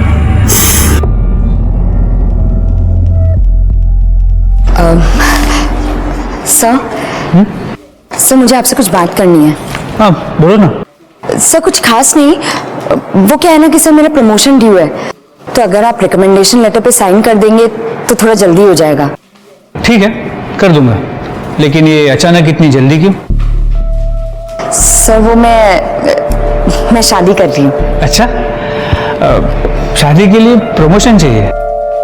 मैं तो आज तक सोचता था कि शादी के लिए तो पार्टनर की जरूरत होती है। सर वो ठीक है, कर दूंगा। वैसे ये लड़का कौन है, क्या करता है? सर अपने डिपार्टमेंट में, अपने पुलिस स्टेशन में। अच्छा, कौन? रमेश पवार। रमेश पवार? जी। तुम उससे शादी कर रही हो? जी सर। जरा बुलाओ उसे। सर रमेश तो भी छुट्टी पे गया हुआ है। अच्छा जागृति, क्या रमेश ने तुम्हें ये तो बताया है ना कि वो अभी शादीशुदा है और उसका एक बेटा भी है?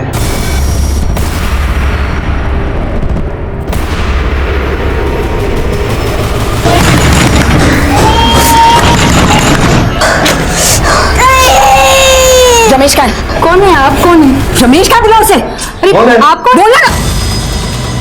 तुम यहाँ क्या कर रहे हो? तो हाँ, तूने कभी मुझे बताया क्यों नहीं कि तू शादीशुदा है? हाँ, ये क्या बात कर रही हो? तुम तमीज से बात कर। मैं तमीज से बात करूँ? मैं तमीज से बात करूँ? तूने मेरी जिंदगी बर्बाद कर दी। अब तू देख, सबके सामने तुझे कैसे मल्ला करती हूँ। अरे बात सुनो, देखो देख। तूने क्या सोचा मजा लेके निकलने का तू? हाँ, तूने मुझे ही नहीं अपनी बीवी को भी धोखा दिया है। तेरी इस मजे को ना मैं तेरी सजा बना दूंगी, देखा तू। कब से प्यार से बात करूं, तेरे को समझ में नहीं आ रहा क्या? सोने प्यार क्या होता है? सोने तुझे कुछ कबूल नहीं पता। रमेश छोड़े। सर ये मेरे ऊपर इल्जाम लगा रही है, इसका खुद का भी तो ऑफर चल रहा था। मैं कब से इसका तुम दोनों पुलिस वाले हो, और इस तरह पब्लिक में तमाशा कर रहे हो, क्या इज्जत रह जाएगी? हाँ, तुम दोनों अभी के अभी मुझे पुलिस स्टेशन आके रिपोर्ट करोगे। बड़े शर्म की बात है, हमारे डिपार्टमेंट में भी ऐसे लोग हैं जो लड़कियों को सिर्फ इस्तेमाल करने की चीज समझते हैं। बहुत बुरा हुआ इस जागृति के साथ, उसने जिस जिस पर भरोसा किया उन सब ने उसे धोखा दिया। Sir excuse me. हाँ बोला। गुड, ठीक है सर। सीमा के बॉयफ्रेंड संजय का पता चल गया, इस वक्त तो दिल्ली में है, कुछ काम से गया था, उसे इमीडिएटली वापस आने के लिए कहा है और उसकी मोबाइल की लोकेशन भी मंगवा ली है। गुड। ये रमेश पवार को सिर्फ सस्पेंड क्यों किया? साले को मैरिज एक्ट का चार्ज लगाकर अंदर करना चाहिए था। सर मैं भी उसे अंदर करना चाहता था, लेकिन जागृति ने कंप्लेंट करने से मना कर दिया। I can understand. सोचो गायकवाड़, पुलिस डिपार्टमेंट की कांस्टेबल का ये हाल है तो आम लड़कियों के साथ क्या होता होगा। लेकिन जो काम जागृति ने नहीं किया वो अब हम करेंगे। रमेश की और दीपक की मोबाइल लोकेशन निकलो और पता करो मर्डर वाले दिन वो कहां थे। सर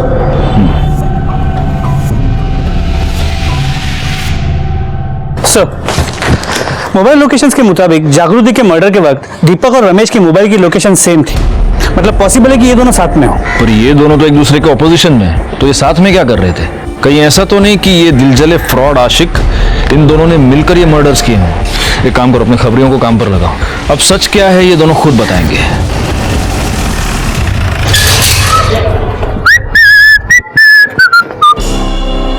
दीपक ना? हाँ। चल। अरे किधर साहब? चलना, बताता हूँ, चल। बताओ तो कहीं। चलना। अरे किधर ले जा रहा, बताओ ना। वो जागृति राणे मर्डर केस में साहब ने तेरे को पुलिस स्टेशन बुलाया, चल।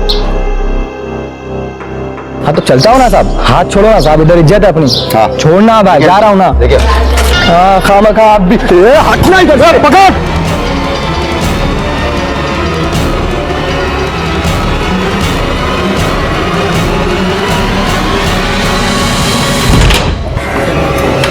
जी रमेश कहाँ है?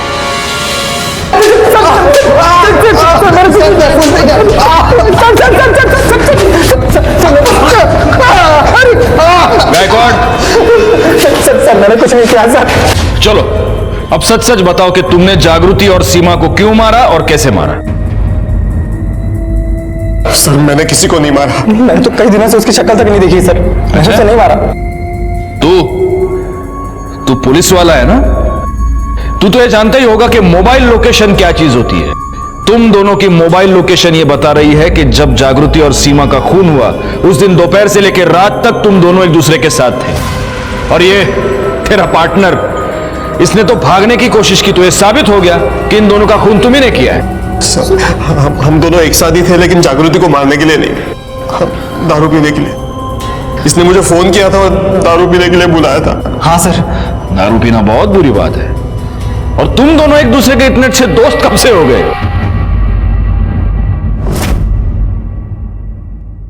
छी छी छी छी छी छी, क्या हाल बना दिया रे तेरा उसने।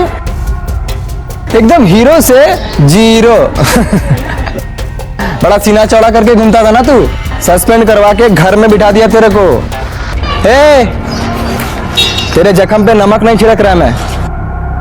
जैसा पब्लिक में उसने तेरा बेइज्जती किया ना, वैसा ही बेइज्जती उसने मेरा भी किया पब्लिक में। मेरे को तो बदला लेने का है, तो सोचा साथ मिलके लेते हैं। क्या बोलता है? मर्द की औलाद है तू।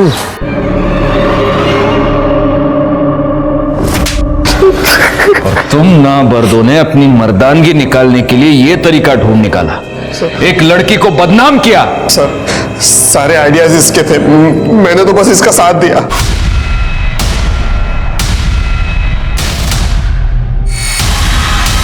आजकल एक रात का क्या रेट चल रहा है तेरा? अरे ऐसा चिल्लाएगी ना तो तेरे कस्टमर्स मिलना बंद हो जाएंगे तुझे।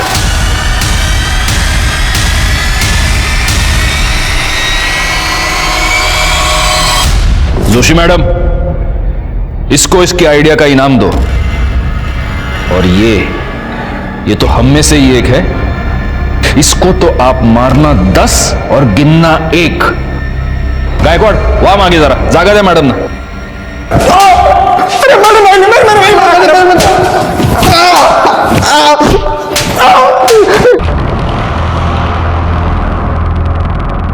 और मर्द मजा आया एक औरत के हाथ से मार खा के? हाँ? सर सच बोल रहा हूं, हमने किसी को नहीं मारा। तुम दोनों ने जागृति को बदनाम करने की कोशिश की, लेकिन उससे तुम्हारी मर्दानगी को चैन नहीं मिला और इसीलिए तुमने उसका और उसकी बहन का खून कर दिया और लटका दिया ताकि हमें गुमराह कर सको। हाँ? नहीं सर, हमने उसको नहीं मारा सर। नहीं मारा? गायकवाड़, बिठा के रखो इनको और हर आधे घंटे के बाद तोड़ते रहना सालों को। अरे सर, हमने किसी को नहीं मारा ये केस इसलिए भी कॉम्प्लिकेटेड था क्योंकि यहाँ एक नहीं 2 मर्डर्स हुए थे। कहीं ऐसा तो नहीं था कि जब एक बहन की हत्या हो रही थी तब दूसरी बहन वहां गलती से पहुंच गई और इसीलिए उसका भी मर्डर हुआ, या फिर किसी के पास सीमा और जागृति दोनों के मर्डर करने का मोटिव था। सस्पेक्ट्स घर वाले भी थे और बाहर वाले भी। इन्वेस्टिगेशन में जैसे जैसे हमारे सामने कोई नई लीड आ रही थी, हम लोगों से कड़ी पूछताछ कर रहे थे और अब बारी थी सीमा के बॉयफ्रेंड संजय की। सर, इस संजय को 2 घंटे से बिठाया हुआ है और कितनी देर बिठाएंगे? पहले से घबराया हुआ लग रहा है। प्रेशर कुकर में जब प्रेशर क्रिएट होता है ना गायकवाड़, तभी सीटी बजती है।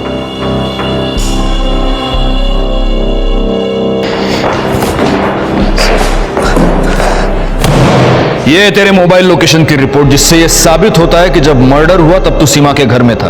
बोल, क्या कर रहा था वहां पर?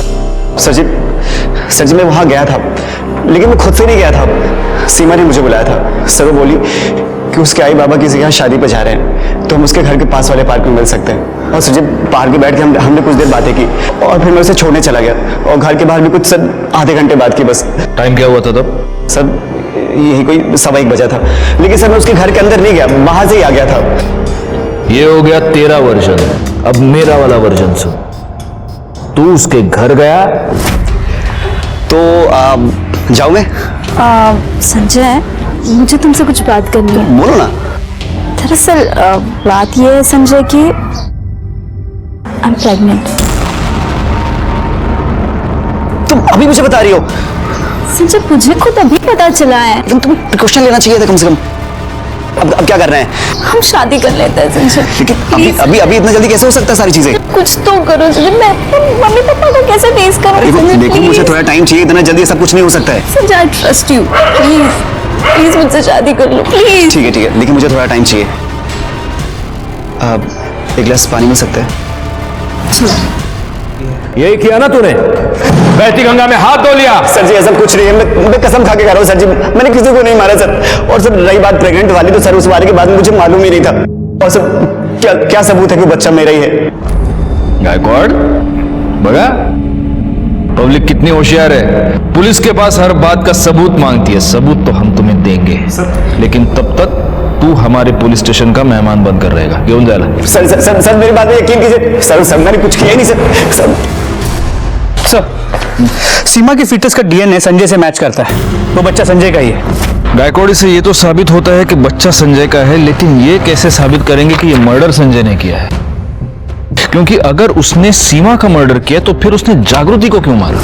दीपक और रमेश के खिलाफ भी हमारे पास कोई पुख्ता सबूत नहीं है, और अगर इन तीनों में से किसी ने भी ये मर्डर्स नहीं किए हैं तो फिर किसने किए हैं? एक काम करो गायकवाड़, जागृति के पिता सुधीर राणे, उनकी मोबाइल लोकेशन निकलवाओ और उन्हें पुलिस स्टेशन बुलाओ। सर आपको लगता है कि ये सुधीर ने अपनी बेटियों को मारा?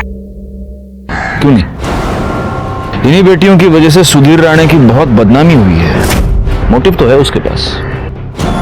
राणे साहब, मुझे आपसे बहुत हमदर्दी है। मैं आपका दर्द पूरी तरह समझता हूं। आपकी 3 बेटियां थी। जागृति की वजह से आप पहले से ही बहुत बदनाम थे। सीमा शादी से पहले ही प्रेग्नेंट हो गई थी।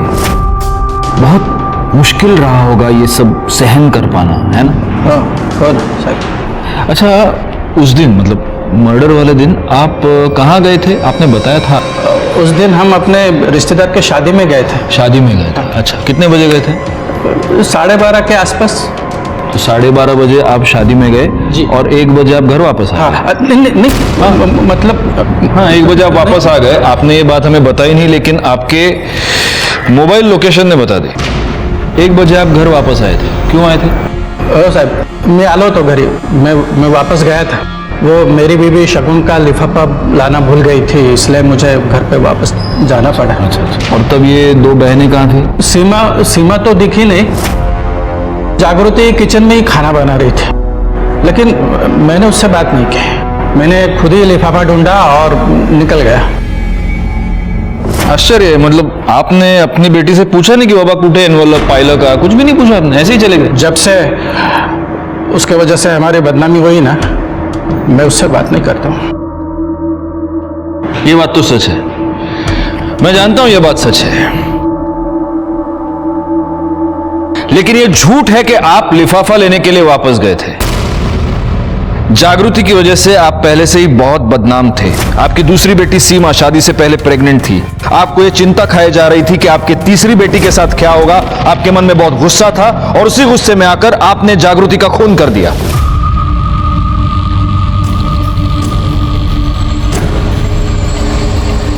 अरे बाबा कब आए? क्या बाबा क्या बोलते हैं सर? तू भी ऐसा कुछ नहीं हुआ सर। जागृति मेरी बेटी थी।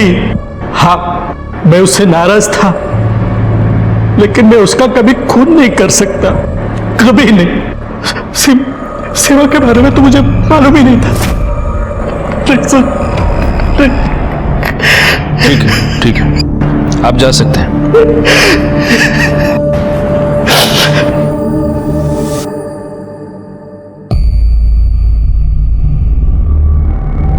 एक बात नोट की तुमने गायकवाड़? जब सुधीर अपने घर गए तब जागृति खाना बना रही थी। सीमा और अपने लिए बना रही होगी। इतने कंसंट्रेशन के साथ बना रही थी कि उसके पिता घर पे आकर लिफाफा लेकर चले गए और उसे पता ही नहीं चला। वैसे वो दीपक और रमेश की कॉल रिकॉर्ड्स में निकली, कुछ पता चला? अरे हाँ सर, वही बोलने आया था मैं। उन दोनों के कॉल रिकॉर्ड में एक ऐसा नंबर मिला है जिनसे उन्होंने पिछले एक हफ्ते में काफी बात की, और ये नंबर किसी और का नहीं, जागृति के मंगेतर प्रशांत का है। सर, जागृति ने मुझे बताया था कि वो दोनों उसे बहुत परेशान कर रहे हैं। पहले तो मैं उन दोनों को फोन पर समझाता रहा, लेकिन जब वो दोनों नहीं माने तो मैं उनसे मिलने गया। शेवटची वार्निंग देता मैं तुम्हारा दुकान ना, अगर इसके बाद भी तुम दोनों ने जागृति को परेशान किया ना, तो तुम दोनों सोच भी नहीं सकते मैं तुम्हारा क्या हाल करूंगा। इस बार हाथ नहीं उठाया मैंने, लेकिन जिस दिन उठाऊंगा ना फिर रुकूंगा नहीं। ठीक है प्रशांत, तुम जा सकते हो। गायकवाड़, कहीं ऐसा तो नहीं कि ये दीपक और रमेश जागृति को सिर्फ हरास नहीं कर रहे थे, बल्कि उसे पैसे के लिए ब्लैकमेल भी कर रहे थे? तो काम करो, जागृति के बैंक डिटेल्स निकलवाओ और साथ में उसके पिता सुधीर और इस प्रशांत के भी। सर, जागृति के अकाउंट से कोई मेजर ट्रांजैक्शन नहीं हुई है, ना ही सुधीर या प्रशांत के अकाउंट से हुई है। लेकिन सर, प्रशांत के अकाउंट में एक अजीब बात है। मर्डर वाले दिन उसके डेबिट कार्ड से उसने मिठाई खरीदी थी, जबकि उसके मोबाइल की लोकेशन उसके घर की थी। क्योंकि मोबाइल तो घर पर भी छोड़ा जा सकता है गायकवाड़।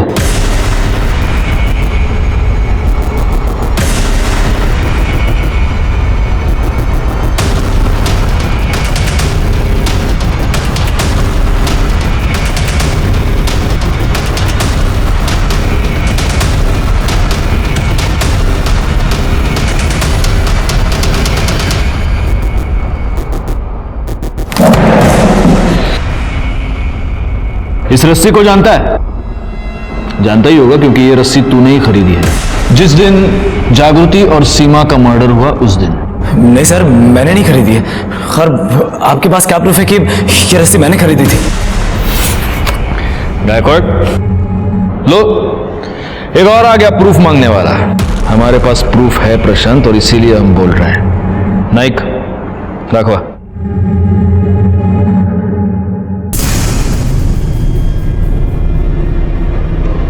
देख, प्रूफ तू है ना?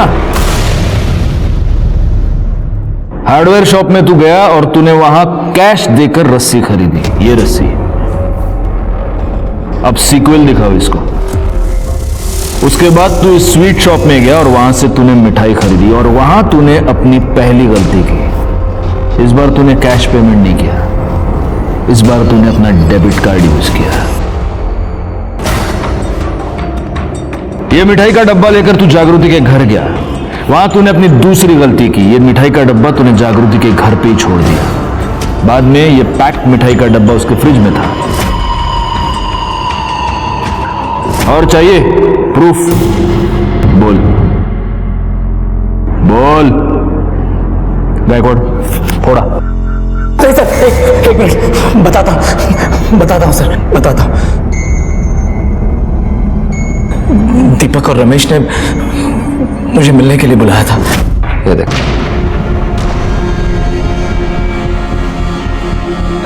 बिस्तर वाला भी दिखा दे। अरे यार वो कैसे दिखा सकते हैं? अरे अब दिखा ही रहे तो सब कुछ दिखा दे।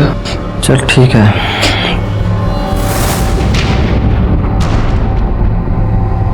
अब यकीन हुआ तू हम दोनों का जूठा खाने को जा रहा था। सिर्फ फेरे बचे थे, बाकी सब कुछ हो गया था हमारे बीच। मेरे से तो शादी करने के लिए पागल हो गई थी। उसकी बॉडी पे कहाँ क्या निशान है, कितने तिल है, सब बता सकता। अबे चुप साले, चुप। सही तो उसे क्यों मार रहा तू? सही तो बोल रहा तो। मेरे ऊपर चिल्लाने से कोई फायदा नहीं, समझा ना? तेरे को झूठ लगता है ना तो कंफर्म कर ले। और इतना ही नहीं, ये देख क्या ही है, धंधा शुरू कर दिया इसने, कॉल गर्ल बन गई है वो। मैं बहुत गुस्से में था सर, बदला लेना चाहता था मैं उससे। मैं जानता था कि उस दिन उसकी फैमिली शादी में जाने वाली है, इसलिए मैंने जागृति को फोन किया और उससे कहा कि मैं लंच के लिए उसके घर पर आ रहा हूं।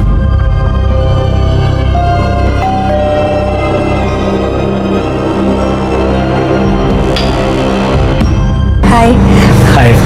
आओ ना।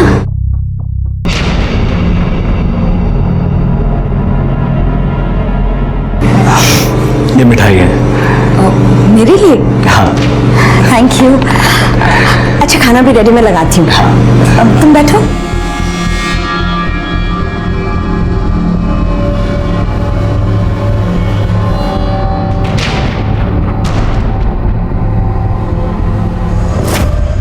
हमने प्रशांत के खिलाफ मर्डर का और दीपक और रमेश के खिलाफ डिफेमेशन का केस दायर कर कोर्ट में चार्जशीट फाइल की। क्राइम की दस्तक को नजरअंदाज करना मतलब क्राइम को अपने घर में न्योता देना। मैं इंस्पेक्टर राजेश यादव आपसे विदा लेता हूं। दोबारा मिलूंगा, तब तक सतर्क रहिए और देखते रहिए क्राइम पेट्रोल दस्तक, क्योंकि मकसद बताना नहीं, बचाना है। जय हिंद। क्राइम पेट्रोल के ऐसे ही मजेदार एपिसोड्स देखने के लिए हमारे चैनल को सब्सक्राइब करें।